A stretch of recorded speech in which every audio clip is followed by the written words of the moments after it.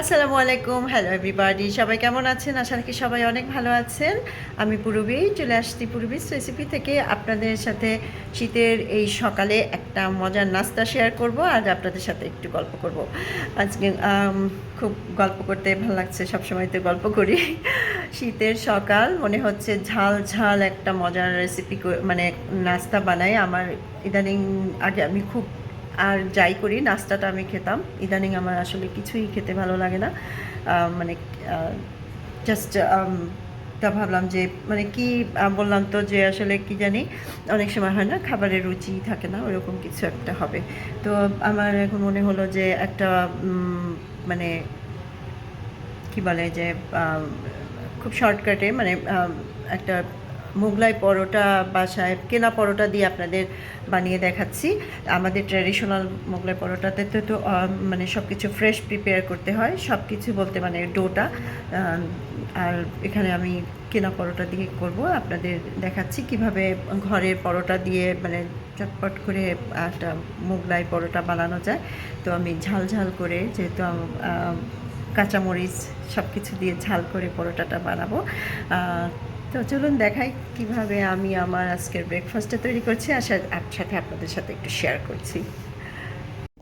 চলুন আমি দেখাই কিভাবে কেনা পরোটা দিয়ে, এটা আসলে আমাদের ট্রেডিশনাল মোগলাই পরোটা না, এটা হচ্ছে শর্টকাট। কেনা পরোটা দিয়ে একটা মোগলাই স্বাদ পাওয়ার জন্য, ট্রেডিশনাল যে মোগলাইটা, ওইটার জন্য তো আসলে আমাদের ময়দার ফ্রেশ ডো বানাতে হয়, ওইটা অন্যরকম মজা। এইটা হচ্ছে শর্টকাট। তা আমি আমার ব্রেকফাস্টের জন্য, আমার ছেলে বাইরে গেছে, ওর ব্রেকফাস্ট করে গেছে, এই সেম, এটা আমার ছেলের খুব পছন্দ, তো আমি ওকে এটা দিয়ে ক্যাসা দিয়ে বানাই দিচ্ছি। আর হচ্ছে আমার জন্য হচ্ছে এটা একটা ডিম নিলাম, আপনারা পরিবারের সদস্য অনুযায়ী ডিম নেবেন। আর হচ্ছে কাঁচামরিচ, ধনিয়া পাতা, যেটা স্বাভাবিক মোগলাই পরোটায় যায়, আর হচ্ছে পেঁয়াজ, onions and green chilli, one egg and cilantro. And এটা হচ্ছে তাইওয়ানের একটা পরোটা, কিন্তু ট্রেডার জোস যেই ব্র্যান্ডটা, এখানে যারা থাকেন তারা হয়তো খুঁজে পাবেন। খুবই ভালো এই পরোটাটা, খুব কম তেলে। আমি এটা একদম তেল ব্যবহারই করি না, তেল না দিলেও চলে। তো ওরা প্যানকেক বলে, গ্রিন অনিয়ন্স। সো আপনারা এটা এখানে যারা থাকেন তারা খুঁজে বের করতে পারবেন, আর আমাদের দেশে যে পরোটা পাওয়া যায় সেটা দিয়ে আপনারা করতে পারবেন।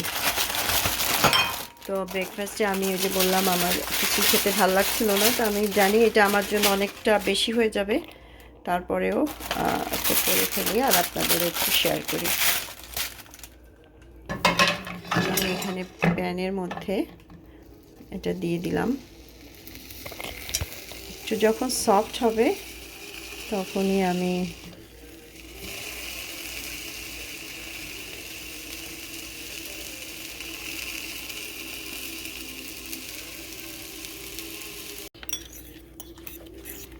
ডিমটা ফেটিয়ে নিলাম। এখানে দুইটা ডিম দিলে আমার জন্য তো মাস্ট, একজনের জন্য অনেক বেশি তো হবেই, আর হয়ে যাবে কি ভালো লাগবে না। যে কোনো জিনিসের একটা পরিমাপ আছে, পরিমাপের বেশি দিলে কিন্তু সে জিনিসটা খেতে ভালো লাগে না। তো ডিম আর ধনিয়া পাতা আর কাঁচামরিচ, লবণ,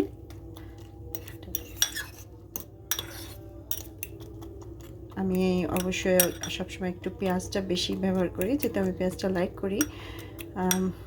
এই তো পরোটাটা আমি একটু রুম টেম্পারেচারে রেখে নরম করে নিলাম, কারণ এগুলি তো ফ্রোজেন থাকে। এরপরে আমি এখানে ঢেলে দিচ্ছি এই যে আমার egg, cilantro and green chilli. আর আমার এখানে একজন বন্ধু আছে এই দেশি, ওর জন্য আমার একটু এইভাবে বলা। যাই হোক, এখানে ওই যে ডিমের মিশ্রণটা দিয়ে দিলাম, তারপরে আমি এখানে দিয়ে দিচ্ছি এই পরোটাটা। দুইটাই কিন্তু রুম টেম্পারেচারে করা, রুম টেম্পারেচার করে একটু সফট করে নিলাম।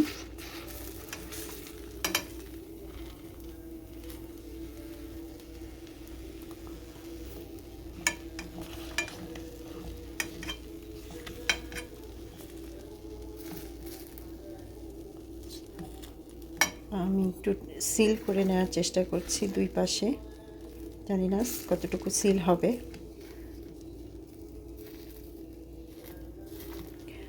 যেন ডিমটা পুরোপুরি বের হয়ে না যায়। আমি চুলাটা টার্ন অন করলাম।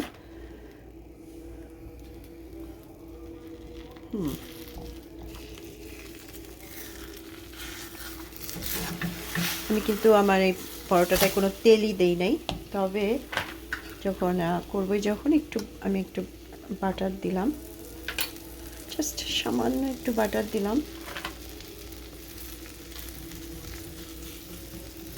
লাইফ অনেক সময় অনেক কিছু মানে যেটা রান্নার টেকনিক, সেটা আমরা যদি একটু জানতে পারি তাহলে কিন্তু সহজ হয়ে যায় অনেক কিছু বানানো। খুব ঝাল ঝাল একটা মোগলাই খেতে ইচ্ছা করলো, তখন কত কিছু করতে হয়, কত আয়োজন। আর যদি ঘরে কেনা পরোটা থাকে তখন এরকম করে যায়। প্রত্যেকটার স্বাদ আলাদা আলাদা, প্রত্যেকটা টেস্ট কিন্তু আলাদা। এটার টেস্ট একরকম হবে, ফ্রেশটার টেস্ট একরকম হবে। এখানে অনেকে এটাকে ডিম পরোটা বলে, আমার শুনতে অনেক ভালো লাগে ডিম পরোটা, তো আমিও বলবো এটাও ডিম পরোটা। অনেকে এরকম করে মালয়েশিয়ান পরোটা দিয়ে, এটা তো তাইওয়ানের, একই রকম, বাট এটা মাচ বেটার আমার মনে হয়। এটা মানে আমি যে ব্র্যান্ড থেকে কিনছি ওরা এটা নিজেরা বানায়, সো জাস্ট মানে ওরা ওই ওই পরোটার রেসিপিটা, মালয়েশিয়ান পরোটা বা তাইওয়ানের রেসিপিটা শেয়ার করে, ফলো করে। এবার না আমি এটাকে ঢাকনা দিয়ে দেবো একদম, আর একটু ঢেকে রাখবো। তাতে হবে কি, পরোটার ভিতরটা ডিমটা সব কিছু খুব ভালোভাবে কুকড হবে, মানে ফ্রাই হবে। তো আমি একটা ঢাকনা দিয়ে পরোটাটা ভাজছি, কারণ ভিতরটা পুরোপুরি হতে হবে। আর এই যে দেখেন এটা কিন্তু হচ্ছে। আপনারা চাইলে আরও বেশি তেল দিয়েও করতে পারেন, তবে আমি বেশি তেল দিব না, আমি সামান্য একটু বাটার দিচ্ছি। আপনারা চাইলে আরও বেশি তেল দিয়ে করলে যেভাবে আপনাদের খুশি, বা চাইলে আপনারা পরোটাটা দুই সাইড সেঁকে নিয়েও করতে পারেন, সেটাও করা যায়। আর হবে কি, দেখেন আমার কিন্তু ডিমটা কোথাও দিয়ে কোনো চারপাশ দিয়ে যেটুকু বের হচ্ছিলো, আমি ওটা একদমই কিন্তু বের হবে না, কোনো মেস হয় নাই, ডিমটা কিন্তু ভেতরেই আছে। এই জন্য খুব বেশি ডিম দেওয়ার প্রয়োজন নাই। আর একটা ডিম এরকম একটা পরোটার জন্য একদম ইনাফ।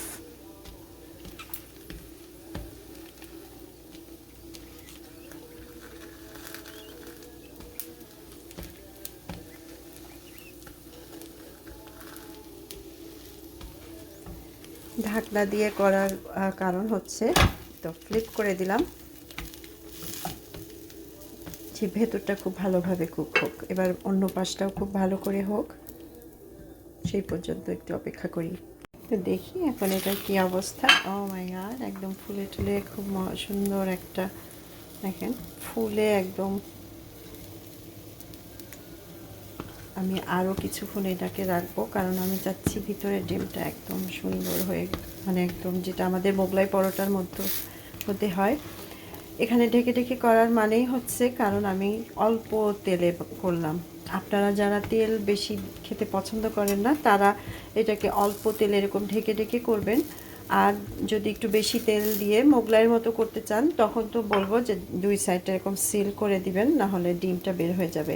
তখন হয়তো আপনাদের এত কিছু করতে হবে না, মানে এত ঢেকে ঢেকে একটু সময় নিয়ে করতে হবে না।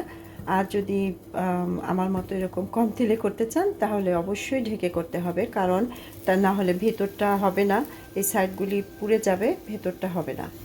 যাই হোক, খুব সুন্দর করে হয়ে গেছে। তো আমি আপনাদের একটু সার্ভ করে দেখাই। তো তৈরি হয়ে গেছে আমার খুব সহজে বানানো মোগলাই পরোটা।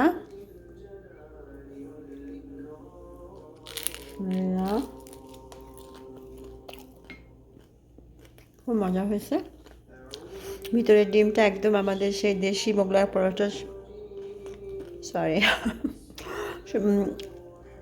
টেস্ট। তো আশা রাখি আজকের রেসিপিটা আপনাদের ভালো লাগবে। ভালো লাগলে অবশ্যই পূর্বিস রেসিপি চ্যানেলটা সাবস্ক্রাইব করবেন, ইনশাল্লাহ আবার নতুন রেসিপি নিয়ে হাজির হব। আপনারা সবাই ভালো থাকবেন, সুস্থ থাকবেন, সাবধানে থাকবেন। তো আবার দেখা হবে। আল্লাহ হাফিজ।